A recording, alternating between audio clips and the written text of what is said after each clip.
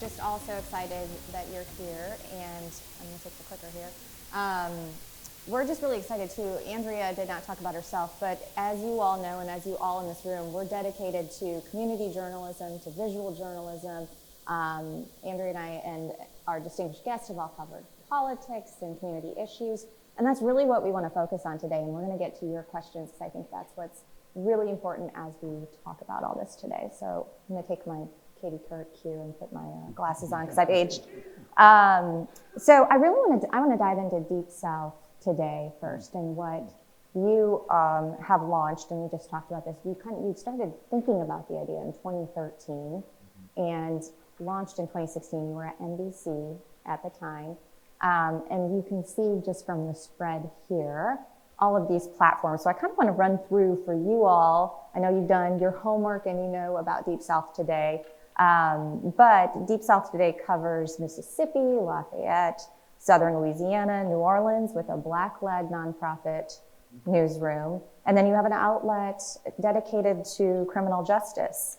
And you've said that local news is a responsibility and central to a working democracy, and we talked a lot about that last week because we did a pre-interview, so just remember that. But you have 200 to 300 Gen Z students in this room, and it's a really great time to dig in and hear from them. But explain why you went from the top of the rock at NBC to community news in the South. Specifically, because we're sitting in this news desert in Northeast Georgia, and these students are covering a lot of what you're doing. And why is that important? Oh gosh, well, the South for me is a family matter, family roots. My family roots are in Greenville, Mississippi, and Greenville is the poorest city and the poorest state in the United States of America. So. As a journalist in New York, when my grandparents came to New York and I ended up getting a decent education in New York, I was raised by people who said, well, you're not from here. You're from the South. You need to go home when you're done with being here, which should be as soon as possible. So that stuck with me. And in 2013, I knew at a certain point I was going to step away from NBC or CBS or whomever I was working for and come back here and try to do journalism here in this region. And there's no better place to practice journalism than this region because, as you were hinting at, you all know, this is an underserved, basically an underserved region. So I started in Mississippi. I would say to my dear colleagues, they did a fantastic job winning a Pulitzer there, but it's a lower bar to climb over in Mississippi and in all of these states, in my humble opinion, because journalism is so needed and there isn't the storytelling that you'd think. South, of course, for storytelling is everything.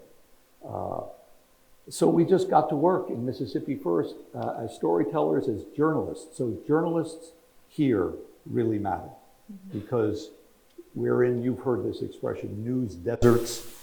So I don't want to say Atlanta is a news desert. It's not, and particularly not if this guy's in charge of what's going on in some journalism, Atlanta for sure, and in the region.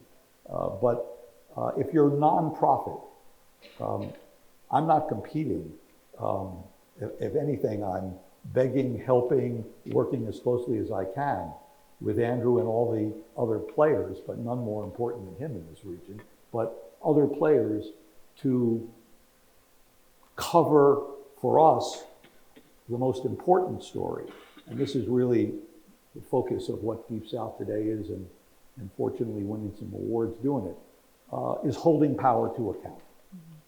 Holding the people who don't want you to know necessarily what they're really doing in government. And that's a narrative that runs through the work we do at Deep South Today. That's my piece. I'll let you take it from there. But that's what we're doing. It's the watchdog role, right? Yeah, That never changes. Yeah. And Andrea talked a little bit about the shift AJC's making, so going fully digital. The last print edition will go out in December. And you said, as we were talking earlier too, that news outlets shouldn't run from these platforms. The audience is there. This is where we are. You all are getting your news on social media. I'm getting my news, a lot of it, on social media. But it's also complicated because that profit model, we're kind of giving it away for free on Instagram, TikTok, Facebook. And then we have AI, of course, driving different problems with traffic. So how do you balance this in the for-profit model, and how should they be looking, students be looking at this as they're entering into it? Should they lean into social media? How would you explain that model and what they should be looking toward? Well, I'd start with one thing, which is it always starts with the journalism. It's about the journalism at the core. Accountability journalism, great reporting, great storytelling, original, distinctive journalism. Regardless of the platform, whether you're a paper, whether you're a broadcast television network, whether you're a website, whether you're an app, whether you're programming for a social media platform, whether you're writing for Substack, if you don't have great, well-reported journalism and well-told stories, you don't have anything. And so, as we've talked about the AJC's transition to a fully digital outlet, we actually have an ad running that says, it's not the paper it's printed on, it's what's inside. And if you think about it, journalism or media has been impacted by technology since Gutenberg invented the printing press. Whether it's then the rise of radio or the rise of television, the rise of satellite television, there have been disruptions throughout. This is just the latest, whether it's AI or whether it's news flocking to social platforms. So the key is for any outlet, whether it's Mississippi Today or the AJC or CNN or NBC News or the New York Times, you begin with what you can do better than anybody else, distinctive journalism and covering whatever your community is. It could be a local community, it could be a statewide community, it could be a national community, it could be a global community. You have to begin with the journalism. And if you do that, and then you focus on who it's for, this is another mistake we forget about sometimes too. In the struggle to craft a great business in journalism, we sometimes think about ourselves and we think about our P&Ls rather than thinking about the customer. And the reality is, this was a really personal business. You used to walk down to somebody's driveway and drop a paper on their driveway. Nothing was more personal than that. And if it had value to them, they paid you for it. So if you have something that's valuable and you deliver it directly to people, whether it's on a social platform or whether it's on your own site, you can build a great business out of it. So that's a long-ish answer to a very complicated problem. Mm-hmm. Yeah, and I think with that comes, and we talked a little bit about this at ABC, we both were going out with a camera, editing, filming. NBC, same thing, the campaign embeds, you were overseas doing this. That seemed to be a great challenge because you're now a one-man band, and local news, one-man bands. What are some other challenges outside of that, though, that local and community reporters face? Because they don't have that network. Coming back to local, so there's an old line, I'm guessing some of you have heard it, all news is local. So you touched right in your lead. Community news, what is it really all about? And video. So community is really the key word. Having impact in your community. And there's a crisis in these underserved markets of finding journalists to come either back to their own communities or to recruit them to the communities. Let's just keep it in the South for this discussion. And that's an exciting challenge for us, because I don't think there's ever been a better time to work in your community or any community in this region. If you're a journalist, or even if you're in allied interests that you have in media, come stay here, get more deeply involved, whether you're in marketing or in sales or in strategy and communications, or yes, where Andrew and I have a particular love of the work, in journalism with a capital J, because it's never needed you more. And the country has never needed us more to practice it here. Because in these states, I have learned often it's the hardest to get at what really is the story. What do we really want to talk about our lives and our communities? And it comes back to a very simple line that runs through a lot of the work we do, which is, who is my neighbor and what do I owe them?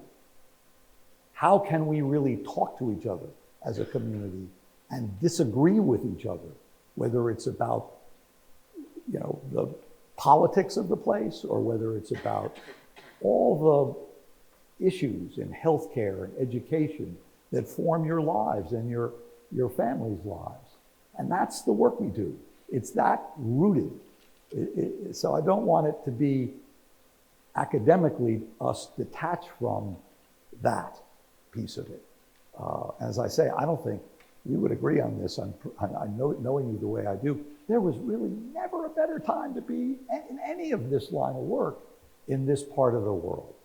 And we can make such a huge difference if we get the work right.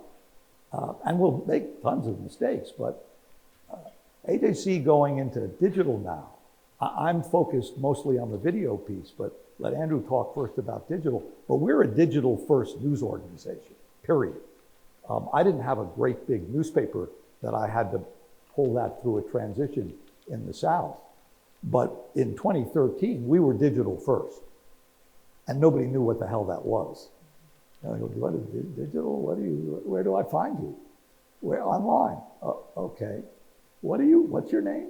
Where are you? And there was, I think, 5 years plus, you don't really feel it.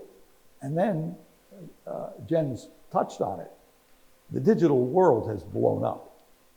And for journalism and storytellers, and what is the truth, and what are the facts, and what really happened, oh, that's potpourri for 50, Go figure. I'm curious to hear from you all about a lot of that, all of those conflicts and challenges for us as a community. I think Andy hit something that's just really, really important, which is his notion of getting out in the community and doing the work. From a business perspective, that's what's going to give us value. So the challenges that we face from AI, or the challenge that we face from just, this sort of the death of the open web as we know it. And I'm sure you all are hearing about the zero-click realities, the fact that Google's sending far less traffic to news destinations. We already know that social platforms are sending less referrals. It's more about engagement. The antidote to that is distinctive content. So anything that's commoditized, anything that could be written like a wire story or that's perishable 10 minutes later, it's gone. It's never going to be seen. You're never going to be able to get it out there. So what Andy's saying about going out in the community, doing original reporting, doing distinctive work, that's the whole ballgame now. And I think the organizations that do that effectively well now have a really, really bright future. And the LLMs will want content like that. They'll want distinctive content. But I think a lot of newsrooms have gotten lazy. Bigger newsrooms have gotten lazy. Local newsrooms have unfortunately just gotten pressured, where they do more aggregation. You're just sitting at a desk and you're rewriting wires instead of doing actual reporting. That's death today. So I think what you're saying, Andy, about doing the work and being out in the community is just really, really important. Personal. You always want the personal. You want the human story behind all of this. I mean, think about personal in video. How many here are TikTok? Yeah. Well, why don't you talk to us so we get the story right? Because that's the world we're living in. Yeah. TikTok. And when you take it from TikTok, for me, Andrew and I have talked about this before because we both work together closely in television. All things video, from 30 seconds or 10 seconds. Really, 10 seconds are great promos for the video that then substantially, within a minute, minute and a half, like YouTube Shorts, you get a lot done in a YouTube Short. A lot done. But for me, the aspiration is, how deep can I go? How long can I hold you for in that video platform? Keep your attention, illustrate, but dominate a form that allows you to go, hey, I didn't know that really. I didn't have those facts. I didn't see the evidence there. I thought that was propaganda, or I thought propaganda, which got my emotions up in TikTok or in short form, actually didn't have anything to do with the facts of the matter or the truth of what we were talking about. I like to say that propaganda relies on emotion and is really easy to shoot it at you in a minute. And journalism relies on facts, on the truth. What are the facts? What really happened? I don't know how we're going to all figure that out together in a world where AI is fast at work, dismantling with fake pictures and fake news in the way that our current president had no idea fake news was going to come into play in the way we talk to each other. Well, you sure that was that fake news? I didn't look like that on that. Yeah. What do you mean that's not, you name your favorite TikTok person? So I think there's a tough work for it to be done in the communities, but fun work, because it's surprising. It's surprising to me. Who do I trust? How do I get the information? And it's crucial, this moment in time. Crucial for the country, crucial for your neighbors, crucial for states and towns. And it's fun. It's really fun to work in that community and have fun with it. How should we do that in 30 seconds or 10 seconds or 2 minutes? Stuff we did, yes, in television or in other media, which are irrelevant now to you all. But it's the fun of it. I'm recruiting for you. You know, we need you. I'm glad you're here, just interested in this conversation. And let's open it up to you all. So we do have some questions. You can just come to the mics and ask the questions, but let's start with Mary Weeks. Is Mary here? Mary.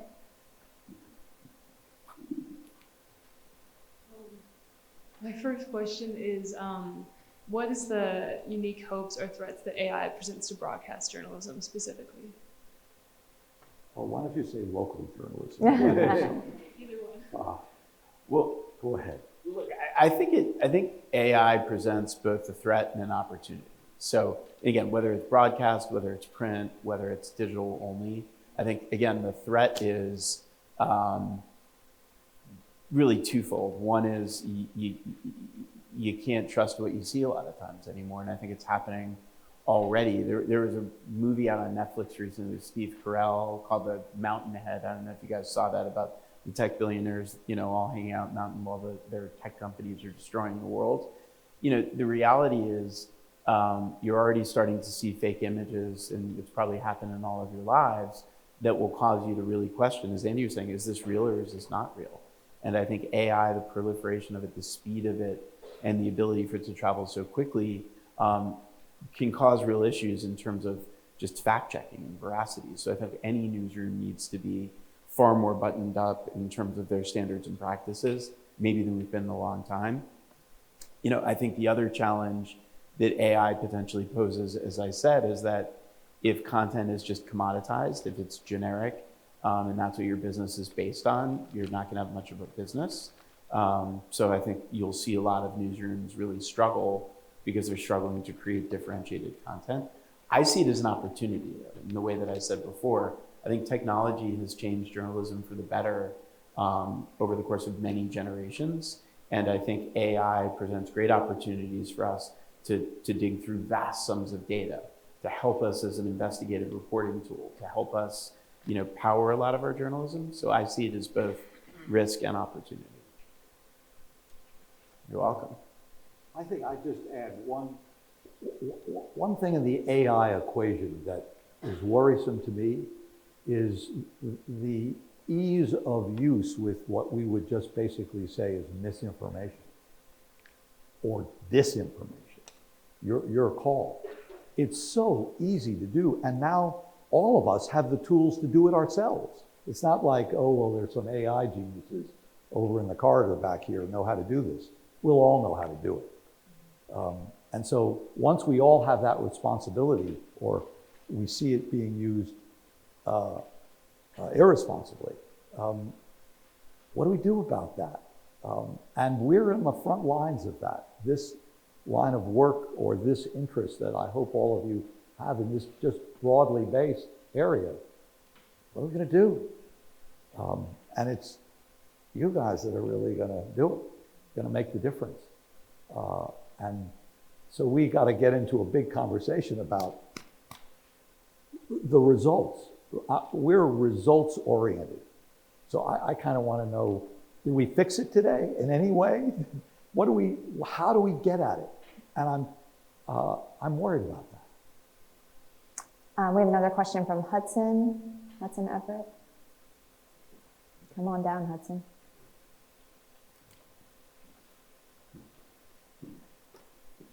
Hi, my question's for Andy. So during your time as chairman and CEO of NBC News, how did you balance the corporate desires of NBC Universal with publishing unbiased news? Well, they would say really well. I would say not so easy.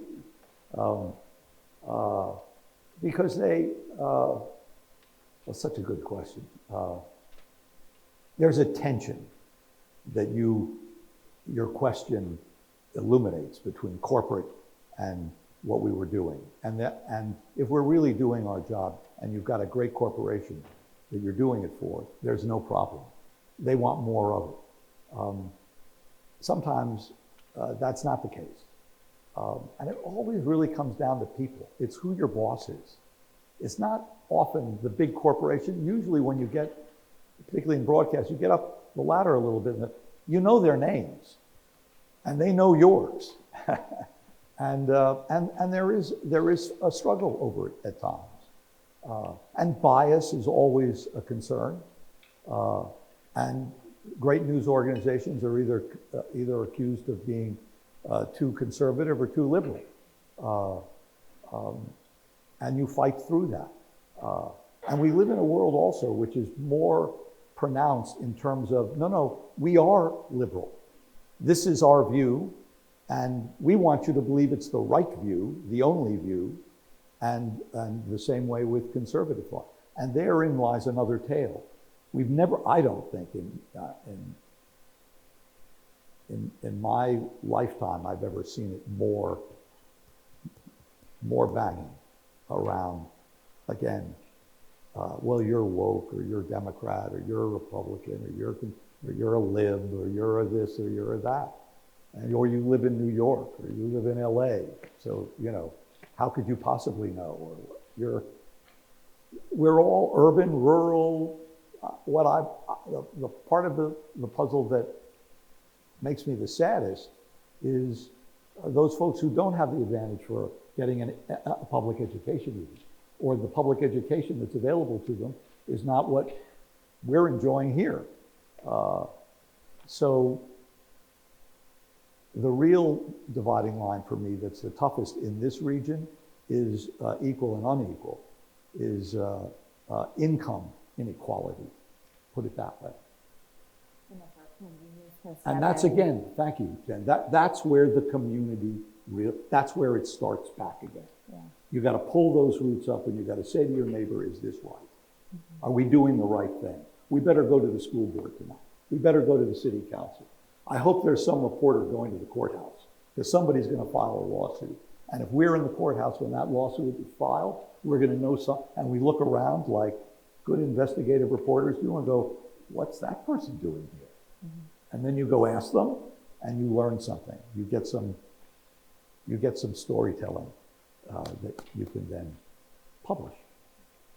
And I think, Andrew, that kind of like leads Thank to you for what you're doing too with the AJC being the southern. I mean, a lot of people are saying this is like the Southern New York Times. You're covering all the South. Yes. So how do you do that when Atlanta is such a massive city? You're trying to cover everything going on there. How do you get, I know you have a reporter in Athens now, you have a few bureaus, but how are you covering the South in a much different model than the nonprofit? So it's a really good question, and it's one of those areas too where you have to look at the journalism and the business together because you can't separate the two out.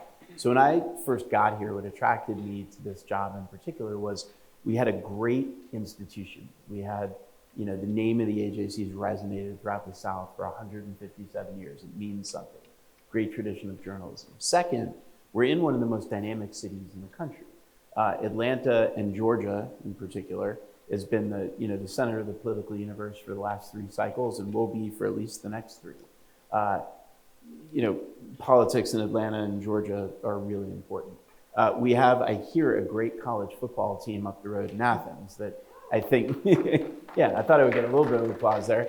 So there are Dogs fans everywhere throughout the South. And by the way, in every SEC market, there are people who hate the Dogs. So captive audience there. Atlanta's home to the most dynamic Black community anywhere in the country. And there's this expression, Atlanta influences everything. So we saw a really interesting opportunity with the Black community. And then the fourth thing we looked at was food in Atlanta. Atlanta has a great Southern food scene that ties to that city and elsewhere. So what I did coming into the job is I drew a dartboard on a whiteboard in my office. And it started with Atlanta in the middle, and then Georgia in the next string, and the South in the next.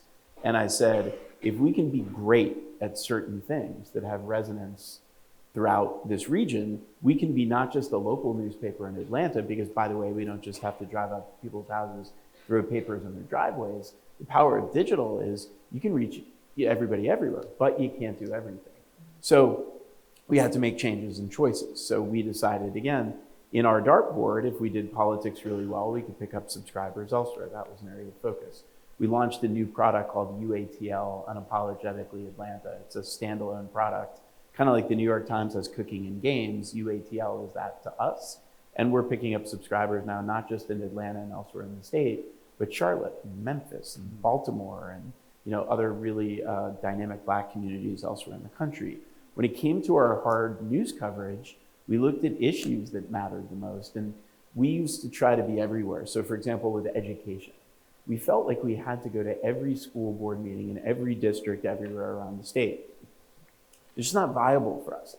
Organizations like Andy's can do that. They are on the ground at more of a hyper-local level, and really important organizations do that. So we said, education is really important. We need to focus on issues. So we said, we're taking on kids' mental health. We're taking on, along with, the challenge that young boys in particular are facing these days that's been really well reported. We're taking on issues of income inequality. We're taking on issues of social media. And if we do those really well, not just will people in Atlanta care, but if we become known for it, people in Savannah, people in Macon, people in Augusta, people in Columbus. And so we put a bureau chief in Athens, we put a bureau chief in Macon, put a bureau chief in Savannah, and told them to focus on these issues in these areas. So we did it, the dartboard was around where we thought we could grow subscribers and where we could win journalistically. I want to get to Helena. Is Helena here? Helena had a great question. And as she comes down, they've all been talking about the business of news, and just a reminder that all of them too, as they're participating in anything in Grady, they're covering the community here. So we kind of have that dartboard mentality too, which what beats aren't being covered, what maybe can't the AJC get to. So kind of interesting to lean into that. So my question was, if you were in college today, what would you focus on to best prepare for the media industry? Can I go first? No, I want to go second. All right. Look, here's the thing. So right before we started, I met one of your colleagues, and somebody said to me, where did you get your journalism degree? And I said, I don't have a journalism degree. So I went to Cornell University. They don't have a journalism degree. I majored in government with a concentration in political theory, but I was the editor-in-chief of the Cornell Daily Sun. And that meant that I spent every day and every night. When I was a freshman, I went out and covered night courts. I used to skip classes and go to trial. I tried to write everything I could. I would go to the president of the university's office and hound him for quotes all the time. The Sun was the city of Ithaca's only morning newspaper, so it was like having a full-time job. That was the best training for journalism. I think what you all are learning here at Grady is exceptional, and I would give anything to come back here and study in this program under Dean Davis with the incredible professors that you have. It's the best journalism education that you can get. But the best thing that I've seen at Grady, which is what I would do too, got to do the work. The fact that you all have a newspaper that the university's bought, that you all are publishing every day, that's the best experience that you can get. The red and black, best experience that you can get. I've walked around your TV stations, best experience that you get. Have to do the work. Get out and learn how to write, learn how to report, learn how to edit. There's only so much you can teach in the classroom, and that's what makes a program like this great, is you get all the classroom stuff and then you guys really do the work. Repeat the question once again, please. If you were in college today, what would you do to focus on the media industry? Well, I hate to mix my metaphors here, but I'd look for the bulldogs to put in all the newsrooms that I live with the bulldogs every day in this community, because they're the ones who are going to punch through. That's what journalism needs. If you're interested in journalism, think bulldog. If you're interested in any aspect really about what we've been talking here today, we need action. We need toughness. We need character. We need resolve. And I don't know if I should ascribe all of that to a bulldog, but pretty much for me, that's the mentality. We need to win on this. We need to find the right stories, the important ones, and report on them, and then keep talking to our colleagues. Make it a community. I think what I feel here in this room and at Grady is you're a community. You know, figure it out together, and then push. Is it red and black? Red and black. Yeah. Push. Is the newspaper crushing it? Are they reflecting all the complexity of what you are experiencing every day? Cool. I'll tell you the one area I'm particularly interested in, particularly in this context, is sports journalism, culture that runs through sports. One of the biggest stories in the country is sports gambling, and it's exploding, that story. I'll leave it there, but that's your destiny, to figure out that. How important is that? I can't tell. You know. And think of yourselves as a community at tackling what you think really matters. You know what, I'd add one other thing to it if I can. You asked a great question, by the way.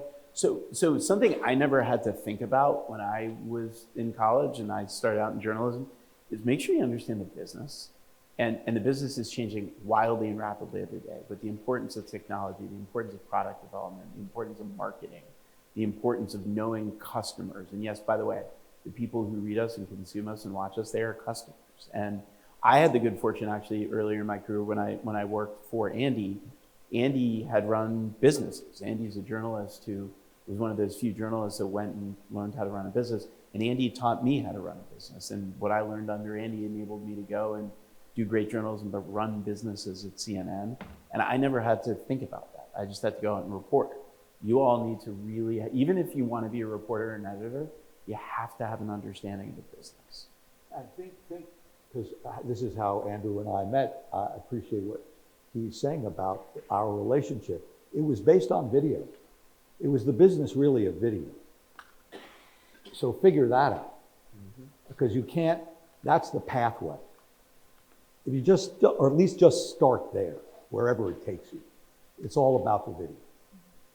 Explain that more, because there's, now we're watching, I think you'd all agree, how many of you are watching vertical video on everything you're doing? A lot of your news clips are coming up that way. And maybe just a raise of hand, how many of you intentionally go to news sources versus stumbling upon it on social media? So how many of you intentionally go to a news app every day? That's great. Yeah. And how many of you are just, and it's okay, and maybe we shouldn't call you out there, but like stumbling upon it. I tend to do both. I mean, I'll admit that. Sometimes I stumble upon it. But that's where the propaganda can come in, where you're watching something, you're scrolling so deeply, your attention is taken, and you don't know what you're watching. So that's a big part of this too, is knowing video, knowing how to grab people's attention in the first 3 seconds, right? Which is really hard to do, and producing it that way. So is that a big skill set you would say is essential? It always has been. It always has been in this sense. I started as a TV commercial producer. I had 60 seconds or 30 seconds or 10 seconds to make a video that sold you something. It's no different in the storytelling that we're doing for a higher purpose. You can tease me in 3 seconds into paying more attention to something you think is worth my attention, whatever it is. And in TV commercials, it's a product. In my case, it was toilet paper and underarm deodorant. I don't want to dwell on that part of my career. But that said, you learn a lot selling, because that's what these videos are ultimately doing. They're selling you something, an idea, a concept, a personality, a belief system. And you've got to decide whether you're buying it or not. You've got to sit back and say, I don't buy that. I mean, you have to be discriminating or discerning, or you have to make a choice. And the biggest part of it is you have to, I mentioned this word before, it's like a game of Clue, an old game. What's the evidence for what I just saw for me to think and feel what I'm just experiencing? Is that true? Is that image true? Did that really happen? What really happened? And if you care about what you are watching, you got a story to tell if you find out it's not. It's not. And I'll use the word, because it's a good one for us, it's accountability. It's policing that. Don't pay attention to that BS that just got in all of our inboxes, or was a YouTube short that captivated me and it turns out it was complete baloney. You're the ones that's going to decide that. But I think that's what's driving us apart if we don't do that. That's what polarizes. Because then we go off in 2 different directions saying, well, did you see that? I said, yeah, I don't think it was true. Oh no, it's absolutely true. Game on. You know, how do you figure that out? I don't have the answer to it. I'm really relying on you all to figure it out next. And what you think is worth your time and important, all that is in play. And how do you balance that with, because you're talking about engaging people. Yeah. So you're competing, both of you right now, with influencers, with people who are selling things that aren't true. How do you manage that? And how should they manage that? Looking 20 years down the road, how should they best prepare to get in that space, but also keep the ethics and keep what we do as journalists top of mind? I think quality always wins. And that's the thing that I'm old enough to remember when Facebook first launched and when Twitter first launched. And we did some of the first partnerships with those platforms. And there's a tendency whenever a new platform or format launches to try to bend yourself into a pretzel to suit what you think people want. And I've used this expression for a long time where, like, you can't put grandpa in a Speedo and bring him to a party. Meaning, like, if you're working for a legacy media organization and you're trying too hard to, like, chase, it used to be chasing millennials, now it's chasing Gen Z, it's just such a bad turnoff. So quality counts. Now, we the agency, we've got a great TikTok channel. It's called Soul and Substance. I hope you all check it out. You know, our taglines is Substance and Soul of the South. Our TikTok, Soul and Substance, and our Instagram handles, we've focused a lot on original video. And our notion was there's so much forgettable nonsense, and there's so much silliness, and there's so much cynicism. It sounds easy, but we just leaned into quality. We started with, we need a distinctive format and a distinctive style and a distinctive graphics package. We started there. Then we need really great storytellers, people who actually know what they're talking about, who are well reported, who are going to do the work. We started there. And so sure enough, this local newspaper has found a toehold with our original digital video that's starting to catch on way beyond Atlanta. And so I as I've tinkered with social platforms for a long time now, I think that, and I think it's true as today, think about just how quickly you scroll. You don't even look. You make that decision within seconds, and the things that you tend to gloss over are things that you know instinctively is not quality. In the same way you sort of skip past crappy food, and so I think it sounds counterintuitive, but quality and distinctiveness always wins. You said a very important word, which is almost burying the lead, to use a journalism phrase, ethics. So ethics comes into play at a certain point in this conversation. Why are you peddling this to me if I know it's not true to begin with? Why is my neighbor thinking this is true when I'm going to have dinner with him or her tonight or their family, and I want to say, but it's not? What's the ethics of how we talk to each other or how we say to each other, no, yes, okay, you really believe that? Let's see if we can come to agreement that it is true or it isn't true. But we need to talk about it. It starts there. Can we talk about it? And the ethics around whether you can have an honest conversation with your neighbor, with your parents, with your best friends, with your roommates, that becomes challenging. And a lot of people understandably go, I'm not going there. And then pretty soon, the rules have changed around what is the right thing to do. Say nothing, accept something that you know is not right, accept something that's being said about somebody that you know is not true. What do you do? What do you do? And that's a question all of us are just asking ourselves. And it's so easy to unfollow, to block, to just look away from it. It's a different landscape But now. I never liked the word ethics because it sounded highfalutin and almost elitist and too academic in fancy schools to throw around courses in ethics. But the reality is that's where we are on some basic level. Just call it, is it honest or is it dishonest? Is it true or not? Call it, but we gotta deal with it. Reese has a question as well. Reese, come down.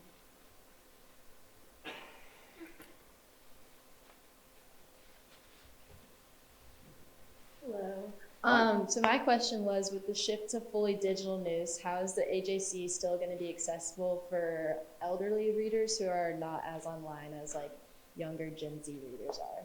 So it's a really good question. I'll answer it two ways. One is we've thought a lot about it. We actually have a program called Aging in Atlanta, which is amazing. And so the beauty of a digital organization, it's not just about articles anymore, it's about how we connect with the community.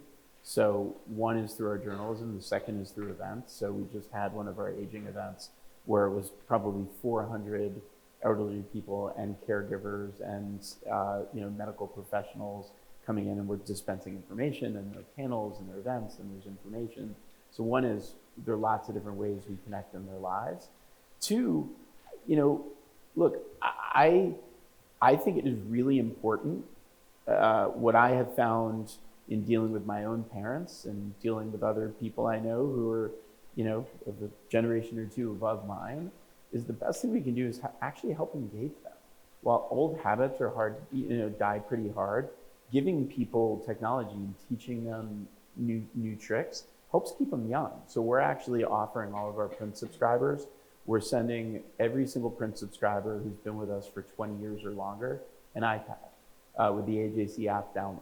And so that we're doing that as a gift as you make this transition to be able to bring them along.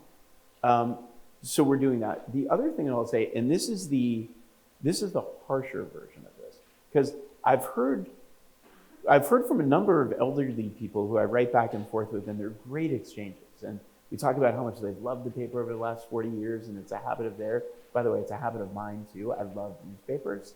They're okay with it. The people who are upset, there's more kind of people my age who are upset on their parents' behalf. They'll say, well, how could you do this? You're a public service. Here's the hard part. We're not. We're not a public utility.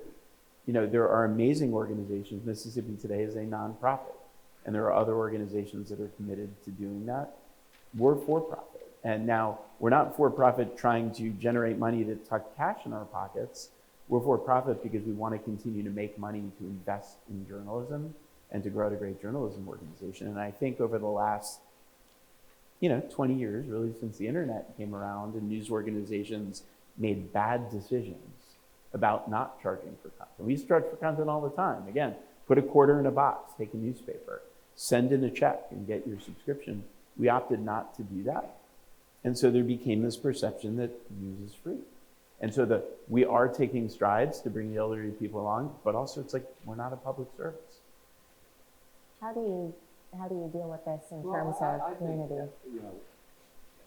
I think, Andrew, and for-profit news, local news, deserve a lot of credit for news you take for granted, which is driving down here, Ali Zelenko and I, my colleague, we were stalled in traffic for an hour and a half on what's the route between the airport and here, whatever highway that is, super high, 85. And it was an 18-wheeler truck that was turned over on its side, and there were a dozen police cars with flashing lights on it, and both sides of the highway were closed. I need to know about that the next time I'm driving from the Atlanta airport to Athens. But people lost their lives. Stories around how that accident occurred. What was the trucking company? Who was the driver? What really happened? You want to know. I don't cover that story in nonprofit. I don't cover what the weather is. What do you mean 20 people lost their lives in a flood in, you name the county or the, so the real news often in people's lives is the news that Andrew's asking you to pay for. Because it's hard to cover in the volume that he covers it in, that the AJC is famous for covering it. And you do get, to be fair, you get opinion comment, you got an op-ed page, and you got some real reporting at the State House. But first, you're serving the community in all those other areas that nonprofit really doesn't do. And it's also as basic as the obituary. It's as basic as a level of community news around your sports sector, around Uga, whatever you're saying. And that should cost a little. The community should invest in that. So it's not a competition. No, it's very no, separate. Very complementary. Very complementary. And we need each other. And we promote each other. Mm-hmm. When you're in a partnership, which you form, particularly here in this region. Where do universities fit into this? Where do Gen Z, the students, where do all these students in this room, where do they fit into your model, into the AJC? How do they get there? And can they get there while they're still here? Well, two parts to that. One, I'm here recruiting you if you haven't been able to figure that out by now. I'm just chief recruiter for my organization. And I'm also always looking for readers, looking for viewers, looking for influencers, looking for feedback. And so I think that's a shared, really, if we're boiling it down into the business of it, what we want, you're my business, you're my audience. So just call it audience engagement. How do I engage you? What am I engaging you about? What do you want to know that you're not getting from me? What are you missing? We're not covering your generation. Oh, really? What do I need to do? What's the way to, so talk to me, tell me, you're not doing this, you're not doing that. That's why I don't pay attention to you. Do you guys have any ideas on how to better engage? I'll leave and then share it. Do you see yourselves in the news? That's a good question. Yeah. I will say that in terms of, you guys mentioned how Atlanta kind of serves and influences everything, it has a very dynamic Black population. I think as a Black woman and a consumer of news, it can be difficult to only see yourself represented negatively in the news. And I think that at least from that perspective, it can be difficult to engage when all the news feels very Yeah, that's such a good point. And we need to address it in every news organization. I was so frustrated with that in the deepest part of the South, in Mississippi and Louisiana and Alabama, that we opened a black-led, black-run newsroom after the George Floyd misery. And it's made a difference in the community.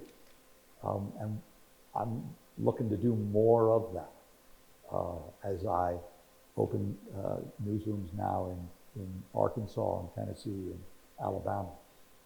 And there are lots of different ways to do it. And I mentioned UATL. So we have a podcast for UATL hosted by 3 black women, one in her 20s, one in her 30s, one in her 40s. And it's fun. And the core audience of UATL has actually been predominantly female, which is pretty interesting for us. And also great because young black women are such an important group of not just influencers, but consumers, like real influencers, not, TikTok influencers. So, but it also reminds me as well, because the news can get depressing, the news is also more expansive. Like, it's about great storytelling. So, some of my favorite shows, CBS Sunday Morning is still on the air. If you only watch one show on broadcast or cable television, watch CBS Sunday Morning. Just their story selection, the things that they talk about, the way they write, the way they use pictures. It's just wonderful, and it will teach you something you didn't know, and it'll show you something you've never seen. And I think that it's really important. It's something, again, that we focus on because we have a broader aperture to be able to focus not just on the important, but also the interesting. We need to be smart, but you can also be entertaining. You can be essential, but you have to be engaging. And so I think it's really important as well to remember that great news coverage and great storytelling can be more than just politics and economics and inequality and the stuff that gets us down every day. Again, if I could just add a word to that, your question triggers it. It does come down to trust also. Who do you trust? And what's fair in your story selection, in your reporting, in your understanding of the community you really live in? Are you leaving me out of that equation? And so I appreciate your question. In New Orleans, we led with it, and I don't think we've led with it. We've taken that example as well as we should everywhere, which was truth, facts, fairness. Fairness. And that goes to trust. And we've been talking in lots of different conversations about quiz shows even called Who Do You Trust? Because that's big. That's really big. Thank you for that. Authenticity, No. yeah. Authenticity too is a Authenticity, big another- part of it. yeah, Kind of not being yeah. that stiff Yep. voice that's unreachable. I think Yeah. that's why social media podcasts and others are taking off. Something that UGA does and it drew me here too, is Grady rescued a newspaper, so the Oglethorpe Echo, and it was going under, and the students now run that outlet. True community journalism, doing the hard work every day. Is anyone in here in the Echo or have taken the Echo class? Because I know this is a bigger class. But that's something where, when you see communities in these rural areas trying to take your model and work with you, what advice do you have as they're sitting here? They're sitting here in Northeast Georgia, again, not covered.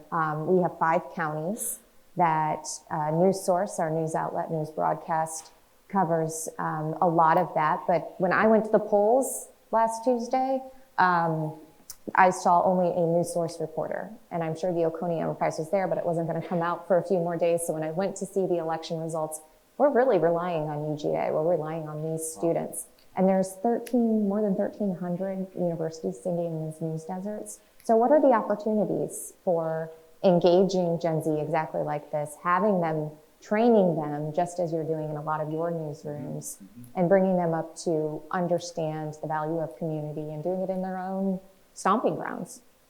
I'll let you take that. I think it's a huge opportunity. I mean, look, I look around this room and I've felt this every time I came here. And by the way, you should take the Echo class. I got to sit into it last year and we got to kind of do a little bit of critiques that Dean gave us.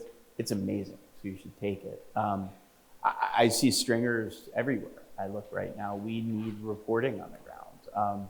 You know, it used to be that way all over the world. I mean, great news outlets all over the world and foreign bureaus. You'd have a stringer in Beirut, you'd have a stringer in Saigon, and you know, I view all of you as stringers in Athens, and I mean that. So we get a lot of UGA students coming in for internships, but I'd say if you have ideas, pitch them, call us, let us know what's going on. You know, we recently did a partnership with universities so that we give AJC discounted subscriptions to actually every student at every university in Georgia. So if you haven't, subscribe and read, and then when you read, pitch. And I mean that, and there's probably more that we can do. I think, you know, to the model of what Andy said, I mean, there's no reason why we couldn't take a class and sort of deputize. I'm looking at my friend Dean Davis in the back, you know, and deputize, you know, a class full of students and say, we want to tackle an issue, we want to tackle a, you know, a topic, or we want to tackle, you know, geography. So I'm going to think more about that, but I see everyone in this room as a stringer. The stringers response is a good one. We're trying to do something that I'm nervous about. We're creating something called Deep South Today Studios to address the video and to address, and it's going to be based in New Orleans, but with a nice road to Atlanta and a nice road into Jackson, Little Rock, and state capitals. But Deep South Today Studios doesn't exist yet. So I'm trying to figure that out. What should it look like? What's the vibe? What would you guys want to see? I would say I like how the culture have like the like some contact activities doing. Some of my family was like, oh, I don't want to see that, so like they're turning off and it's like I do enjoy seeing sometimes like pieces where it's like the community uplifting or community building, just different things that are good because I feel like that can be used as well. Like you were saying, like there's pressing topics, but there's also like entertainment, but not just with entertainment. I feel like news can also like be represented in bright light. Yeah. And that doesn't necessarily ignore the society pressing topics, but I feel like it just gives attention to both the light and the darkness of the world and helps you to have a broader picture of like what should continue. That's really eloquent. I just have to say one thing to it. In Mississippi, black folks say to me often, I'm hopeful. I'm not optimistic that you'll do what I want or what I need, but I'm hopeful. And I don't think we do enough of what you're just describing. And so that's a good takeaway for me. Thank you.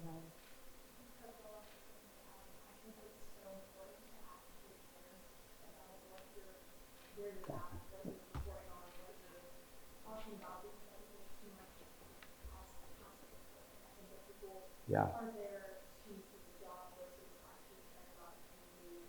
And I think too, as you get into the role of activism and seeing that this is not, you know, a lot of people look at it as college kind of feel of it, but there's people that have lives and have lived here forever. And I think being able to have the opportunity to work on that actively care about it, that will show also a lot of opportunities in the community that isn't necessary.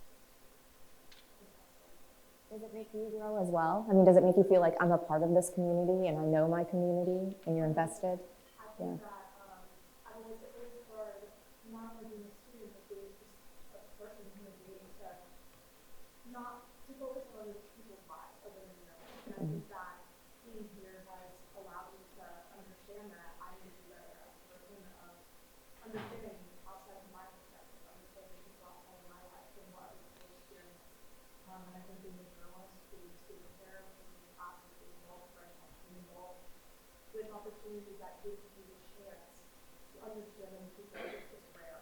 And I think that it's allowed me to grow because I'm more sensitive to other people's lives and I care more about it versus just doing what I want to do. Yeah, that's a good point. Why don't you come up to the mic too and we can hear you.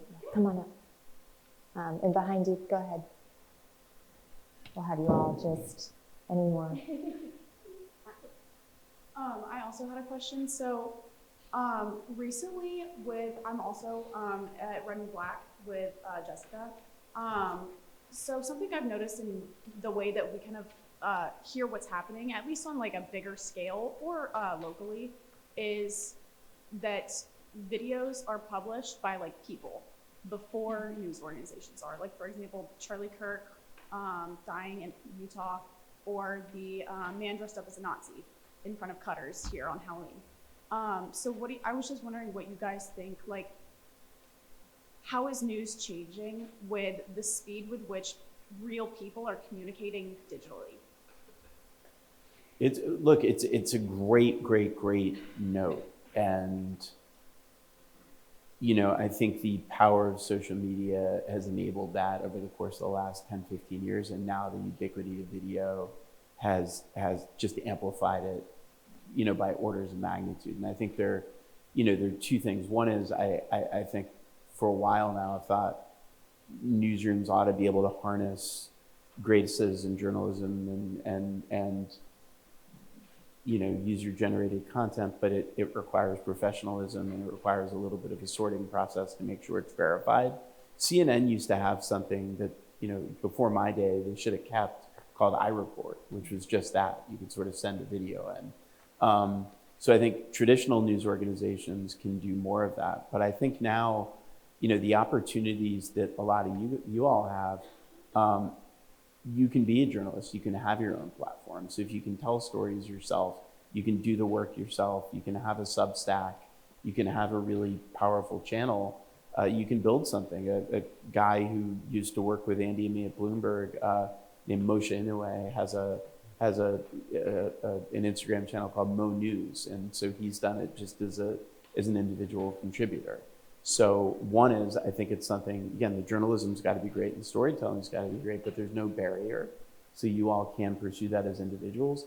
The one thing I'd say, though, is the work still has more impact. The beauty of an organization, whether it's Mississippi Today, whether it's the AJC or NBC or CNN, is one, we can amplify work, and two, we can provide you with a little bit of a backstop. So I think one, news organizations need to do a better job of figuring out themselves. Two, you find your own path. And then three, it's probably a combination of both. You had an eloquent example, Charlie Kirk. But there were 500 to 1,000 reporters in that moment that could have posted. I think the way I saw it was on like a live stream. Yeah. Yeah. But that goes to the point that everybody's in this world now doing this. The question is, and it came up with that video, what angle, what was true, what should I believe it? Oh yes, why? Because there were 800 witnesses. But that's the world we live in, and so I appreciate those examples and that point you're making. Thank you, guys. Yeah. Thank you. And I think on that note, we are going to wrap it up. But thank you both so much for this conversation. Thank you, Jeff, and our Grady crew back here, Dean Davis, everyone who made this possible, Andrea, and all of you. This is really important. I hope this was really helpful to make you understand why what you do matters, why journalism matters, and that it's still very strong, and that we need you. Like, you are the next generation, so we're looking to you and we want to hear from you. So thank you all again, and we'll end as we do every discussion. Go Dogs!